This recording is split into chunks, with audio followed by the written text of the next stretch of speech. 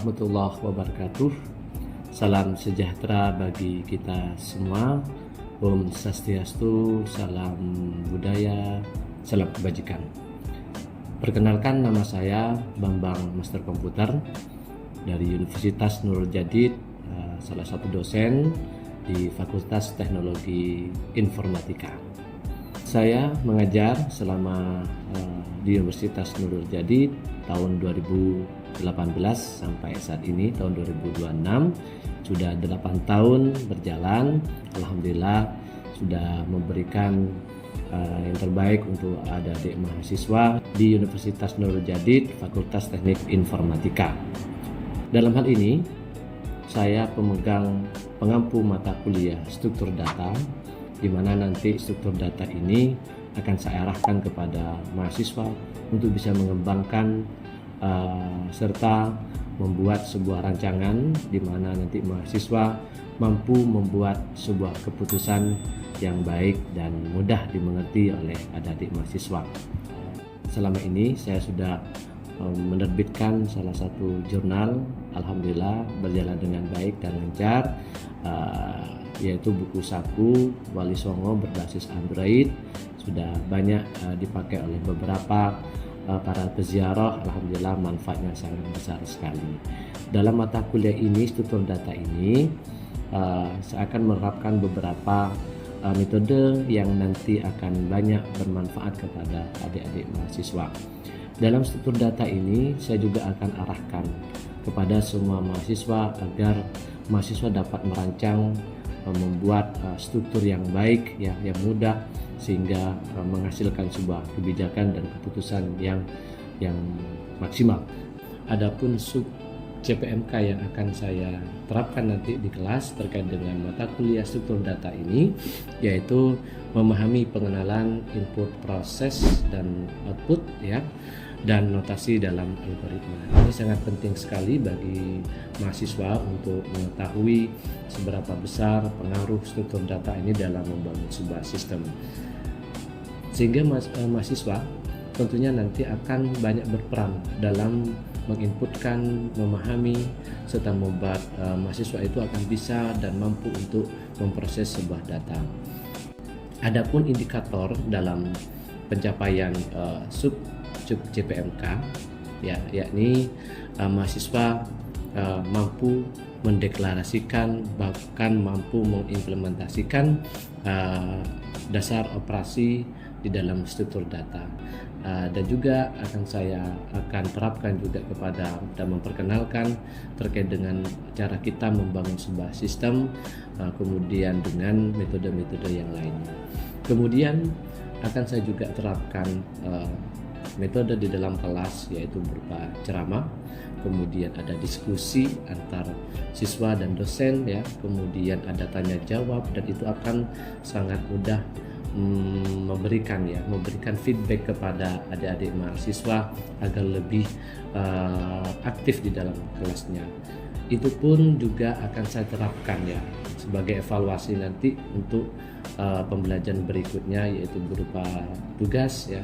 Nanti kami juga akan berikan tugas kepada adik-adik mahasiswa, sehingga mahasiswa itu akan bisa memberikan evaluasi pertemuan yang sebelumnya. Itu pun akan saya lakukan, dan insya Allah, ya, mudah-mudahan materi kita dalam mata kuliah struktur data ini berjalan dengan baik dan lancar, semoga bermanfaat.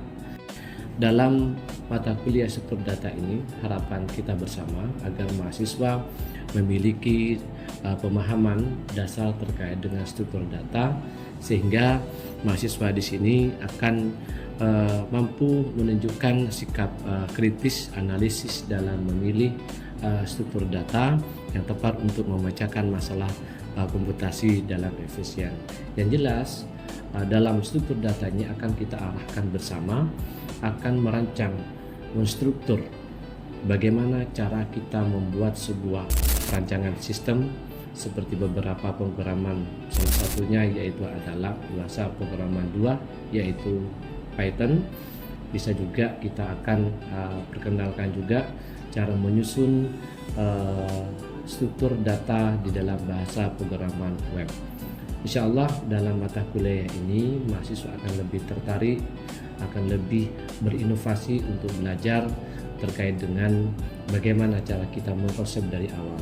Makanya saya juga akan perkenalkan kepada adik-adik mahasiswa terkait dengan flowchart, cara kita aliran sebuah sistem, cara membangun sebuah sistem dari awal sehingga dapat menyajikan sebuah aplikasi yang baik dan benar, bahkan lebih efisien. Mungkin sementara ini yang perlu saya sampaikan, semoga bermanfaat kepada adik-adik mahasiswa.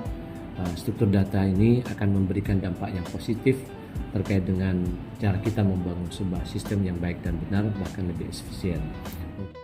Mungkin itu aja, kurang lebihnya mohon maaf. Assalamualaikum warahmatullahi wabarakatuh.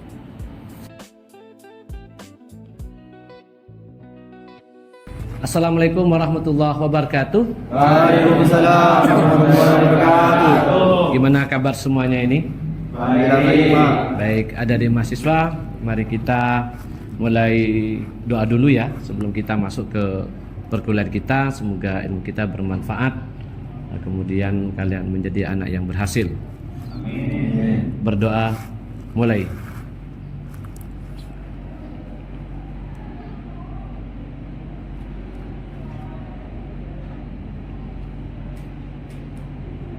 Selesai. Baik, ada adik mahasiswa. Saya absen dulu ya sebelum kita masuk. Yang jelas ini adalah materi kita, materi pengenalan input, proses, dan output serta notasi dalam algoritma. Tapi sebelum itu saya absensi dulu tingkat kehadiran mahasiswa teknik informatika ini. Baik, saya panggilkan Abdullah Budi Darmawan. Hadir. Baik, hadir. Ahmad Zaki Dayaul Fajri. Baik. Kemudian Ahmad Fauzan. Baik, hadir. Ananta Nabil Safaras Hidayat. Hadir. Oke, hadir. Angga Kurniawan. Hadir. Angga Kurniawan. Kemudian Daniel Ainul Yakin. Hadir, Pak. Oke, Mas Ainul ya.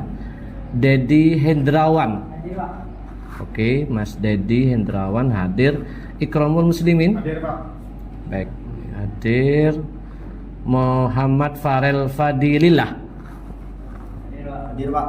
Oke, Mas Farel. Kemudian M Naufal Maulana Halim. Hadir. Hadir. Baik. Kemudian M Nurul Fatoni. Nurul Fatoni. Muhammad Hadik. Hadir, Mas Fuk. Hadir. Oke. Ini ada berapa mahasiswa ini ya? Oke, wah lumayan banyak ya. Baik, kemudian Muhammad Rabiul Abrar. Izin, Pak. Sakit. Izin, sakit. Kemana dia Mas? Sakit ya. Sudah. Oke, saya nanti kita lihat di surat pemberitahuannya izinnya. Muhammad Halilullah. Izin, Pak. Izin juga ini. Ya, Pak. Baik. Kemudian Muhammad Hamdani Saputra. Izin juga, Pak. Izin juga. 3 orang sudah yang izin ini ya. Baik. Muhammad Hamdani Saputra. Hadir, Pak. Hadir. Baik. Imdad Fahmi Azizi. Hadir, Pak. Hadir. Muhammad Taufikur Rahman. Hadir, Pak. Hadir. Kemudian kita akan mempelajari pengenalan input, proses, output dan dalam notasi algoritma. Sebelumnya ada yang paham input, proses, dan output? Pak, izin. Oke, silakan Mas Rian. Input adalah data atau perintah yang dimasukkan ke dalam sistem. Oke. Contohnya nama pengguna, angka yang diketik di keyboard, dan proses adalah langkah pengelolaan data yang dilakukan oleh komputer sesuai instruksi atau program. Contohnya seperti menghitung total harga, mengurutkan data, dan lain-lainnya. Untuk output adalah hasil dari proses yang ditampilkan atau dihasilkan oleh sistem. Contohnya total pembayaran, pesan, seperti login, hasil, dan laporan yang kita. Baik. Itu dari saya. Oke, terima kasih Mas Dian. Nah, ini ada adik mahasiswa, perhatikan baik-baik. Next. Nah, terkait dengan input, proses, dan output ini sangat penting bagi kita. Apalagi kalian itu adalah jurusan informatika, yang jelas kita banyak melakukan sebuah penginputan ya, yang namanya kita nanti akan banyak memasukkan pengkodingan, itu salah satunya. Nah, di sini kita akan banyak belajar nanti gimana proses itu bisa jalan dalam sebuah sistem. Kita akan mencoba di sini adalah konsep yang disampaikan Mas Dian tadi, itu adalah konsep input proses ini adalah proses dasar dalam pemrograman dan pengembangan algoritma. Ya. Ini salah satu contoh kasus ini. Misalkan ada kasus di mana ada inputan 5, ada inputan min 11, ada inputan 0 di sini. Yang jelas kalau dalam sebuah sistem itu di mana user kita sebagai user ataupun sebagai admin, dia akan menyampaikan sesuai dengan perintah. Kalau toh misalkan di sini ada inputan 5, apakah dia negatif ataupun positif? Kan begitu ya Masnya. Nah, ternyata sistem kita itu setelah kita proses misalkan, ternyata inputan 5 itu adalah inputan positif, Pak. Bukan min, tapi plus, kan begitu ya. Maka inputan 5 setelah diproses, maka hasil pengeluarannya, outputnya itu adalah positif. Ini contoh sederhana aja dari mahasiswa. Kemudian ada inputan min 11. Ya. Min 11 di sini adalah hasil prosesnya dalam sebuah algoritma ya. Setelah kita masukkan dalam sebuah sistem, dia menunjukkan adalah negatif. Kenapa Pak? Karena inputannya negatif. Tidak mungkin nanti inputannya negatif setelah pengeluarannya, outputnya itu adalah positif. Yaitu maka sistem tidak akan mau bahkan ditolak ya, seperti itu. Kemudian ada inputan 0 Pak, maka dia hasilnya setelah diproses dalam sebuah algoritma dalam komputer kita, maka hasilnya itu adalah 0. Tidak mungkin positif, apalagi menunjukkan angka, bilangan, tidak mungkin. Yang jelas karena inputan dari 0 itu adalah hasilnya 0. Itu yang disebut dengan input, proses, dan output. Oke ya? Paham sampai di sini ya? Baik, kita next selanjutnya. Ada adik mahasiswa.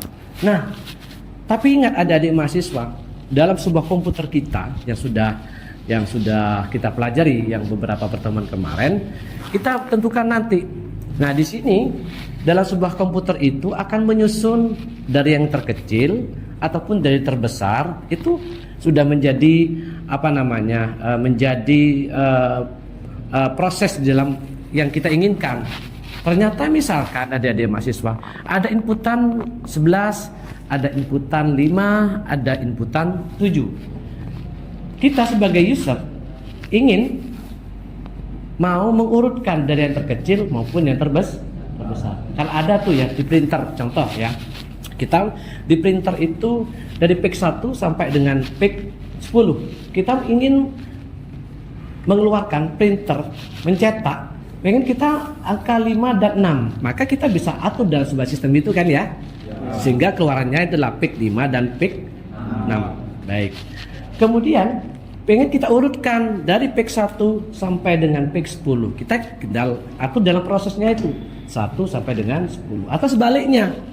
Ada adik mahasiswa dari 10 kita mau ngurutkan sampai ke PIC 1. Ya, itulah tergantung dari user kita. Maka komputer kita itu akan sesuai dengan perintah tersebut. Itu ada adik mahasiswa. Contoh kecil ini dah. Ada inputan 11, ada inputan 5, ada inputan 7. Maka di sini menunjukkan kalau kita mengurutkan dari bilangan yang terkecil, maka ada perintah dari proses itu sendiri adalah 5, 7, dan 11. Oke ya? Baik, next selanjutnya ada adik mahasiswa. Banyak sekali. Nah, Pak, apakah kita itu masih mempelajari algoritma Pak di prodi kita? Tentu ada adik mahasiswa. Soalnya kita pengkodingan aja. Contoh ada web ya. berbasis ada lagi pemrograman Python ya, bahasa pemrograman Python. Nah, di sini pasti ada algoritmanya. Maksudnya di sini akan kita berbicara agar bisa kita menghitung ya. Cuman itu ada di mahasiswa. Algoritma ini punya sifat-sifat tertentu. Yang di sini yang pertama ada masukan, kemudian ada hasil luaran, ada kejelasan, ada penyesuaian tugas, dan ada efisiensi. Nanti kita jelaskan satu persatu. Yang dimaksud dengan algoritma dalam sifat-sifat ini adalah masukan. Sebelum eksekusi algoritma dimulai, masukan diperlukan sebagai input. Jelas ya? Kalau ada output, yang jelas ada input. Jelas itu. Tapi itu pasti ada prosesnya. Kemudian hasil luaran, Pak. Output dari algoritma berasal dari metode yang diterapkan sebagai solusi terhadap masalah yang dihadapi. Ini kita berbicara logika ya. Yang jelas output itu akan bekerja sesuai dengan inputan yang menjadi harapan daripada user itu sendiri. Kemudian kejelasan, jelas. Kalau misalkan inputan tadi itu kan ada 5 tuh ya. Maka yang jelas hasil daripada inputan 5 itu adalah positif kan tadi? Positif gitu ya. Bisa jadi ganjil. Tidak mungkin input kemudian input 5 keluar 10, enggak. Tapi itu hanya bilangan ya. Tapi nanti bisa jadi ada di mahasiswa ketika kita mengurutkan dari yang terkecil bahkan yang terbesar, atau kita dari tengah sesuai dengan keinginan daripada kita sebagai admin ataupun sebagai user. Oke, next ada di mahasiswa. Nah, dalam struktur data ini penting sekali saya tekankan kepada adik mahasiswa, kita itu akan berbicara logis, kita akan berbicara banyak algoritma. Tujuannya hanya satu, karena kita itu akan menghadapi sebuah pengkodingan dalam ilmu komputer. Kita akan membuat sebuah program nanti. Sebuah program ini sangat dianjurkan karena kita adalah selaku pakar informatika. Baik. Nah, kita pasti Pak akan berbicara masalah notasi algoritma flowchart. Ada yang bisa menjelaskan flowchart itu apa? Oke. Ya, Mas Ikram, apa itu yang dimaksud dengan flowchart, Mas? Akan menjadikan langkah-langkah algoritma atau proses secara visual. Oke. Memudahkan pemahaman tentang urutan tindakan dan hubungannya. Kemudian ada lagi? Simbol-simbol grafis dalam flowchart memudahkan pembacaan dan pemahaman algoritma, bahkan oleh orang yang tidak memiliki latar belakang pemrograman. Oh, bagus, betul. Ada lagi? Flowchart memungkinkan analisis dan mengembangkan untuk dengan cepat menganalisis alur kerja dan identifikasi potensi masalah atau cacat dalam algoritma. Oke, terima kasih Mas Ikram. Betul. Di sini kita kalau berbicara flowchart ya, itu adalah sebuah sebuah aliran, langkah, gambaran. Kalau kita ingin membangun sebuah rancangan sistem. Benar katanya Mas Ikram tadi itu. Ada yang menambahkan, Mas? Jawab. Oke, Mas siapa namanya? Angga. Mas Angga. Baik, silakan Mas Angga. Pertamanya itu Pak, sebelum mengimplementasikan kode, Ya. kita membantu dalam perencanaan langkah-langkah yang akan diambil dalam pemecahan masalah. Terus flowchart itu memfasilitasi komunikasi antara anggota tim dan pemangku kepentingan dengan memberikan pandangan visual tentang bagaimana suatu program atau proses akan dijalankan. Nah, setelah itu Pak, dengan memvisualisasikan langkah-langkah, flowchart membantu dalam mengidentifikasi potensi masalah atau kebingungan sebelum implementasi sebenarnya. Sudah Pak. Oke. Terima kasih Mas. Baik, kalau saya rangkum ini ya, sekali kesimpulan flowchart itu begini, ada di mahasiswa. Sama halnya kalau kita gambarkan secara halus ya. Kalau kita pengen buat rumah nih, ada deh. Pengen buat rumah. Kita kan tidak perlu langsung kita harus buat rumah nih, anggaran sekian, tapi kan harus tahu dong apa yang kita inginkan, kan begitu ya. Setiap personal, setiap orang itu memiliki desain yang berbeda-beda. Nah, maka dari itu di sini flowchart ini akan memberikan gambaran langkah awal sebelum dibangunnya sebuah sistem di dalam komputerisasi kita. Ya, seperti rumah itu tadi. Harus ada pondasi dulu, kan begitu ya Mas ya. Ada misalkan nih ada anggaran 300 juta pengen buat rumah, desainnya seperti ini, ya kan? Ada kamarnya 2, ada terasnya, ada dapurnya, modelnya seperti ini gitu loh ya. Ada di mahasiswa. Nah ini yang dimaksud kita membangun rumah, mulailah dari langkah awal dari pembangunan pondasi dulu, seperti apa kamarnya, lebarnya berapa, lah itulah yang disebut dengan flowchart komputerisasi kita. Tapi ingat, ada di mahasiswa, flowchart ini ada simbol-simbolnya, tidak langsung kita deskripsikan kemudian kita catat, tapi ada simbol-simbolnya. Nah, simbol-simbol ini sangat penting ini, karena ini akan menjadi aliran diagram kita untuk memudahkan kita untuk membacanya, menyimpulkan, sehingga kita bisa menghasilkan sebuah kebijakan ataupun keputusan. Baik, next. Di sini ada simbol-simbol nih, ada di mahasiswa. Baik. Next berikutnya. Nah, ini perhatikan baik-baik. Ada simbol-simbol pada flowchart. Yang pertama ada terminator. Simbolnya atau modelnya seperti ini. Ini adalah start awal. Oke ya, start awal. Kita mau seperti apa start awal ini? Kalau dalam ilmu komputer kita itu adalah login ya Mas ya. Kita harus login dulu sebelum masuk ke dalam sebuah sistem. Baik. Kemudian flow apa nih Mas? Flow line ya, digunakan untuk menunjukkan arah aliran pada program. Ini kita aliran biar tidak terputus-putus kemana ini. Apakah ini masuk ke login atau proses? Langkah berikutnya harus ada flow line. Oke ya? Baik, selanjutnya ada proses bro. Nah proses ini ada adik mahasiswa, proses yang menunjukkan proses yang dilakukan pada masukan. Apa yang dikerjakan? Nah ini maksudnya, proses ini apa yang dikerjakan. Apakah dia menginputkan atau mengeluarkan sesuai dengan ilmu komputer kita tadi itu, input, proses, dan output. Oke ya, paham ya? Baik, flowchart. Oke, sudah paham itu flowchart? Sudah disebutkan tadi sama Mas Ikram. Ada yang pertanyaan lagi? Cukup? Baik. Nah ini simbol-simbol ini ada di mahasiswa. Ada input ataupun proses ya, yang menunjukkan masukan dan pengeluaran. Ada preparation, fungsinya itu untuk membuat deklarasi nilai awal. Saya tunjukkan lagi nih, seperti apa itu flowchart aliran sistemnya. Kemudian on peak connector, di mana fungsinya di sini menghubungkan antar flowchart, antar aliran gitu ya. Ada, oke, kita tunjukkan aja. Oke, next Mas.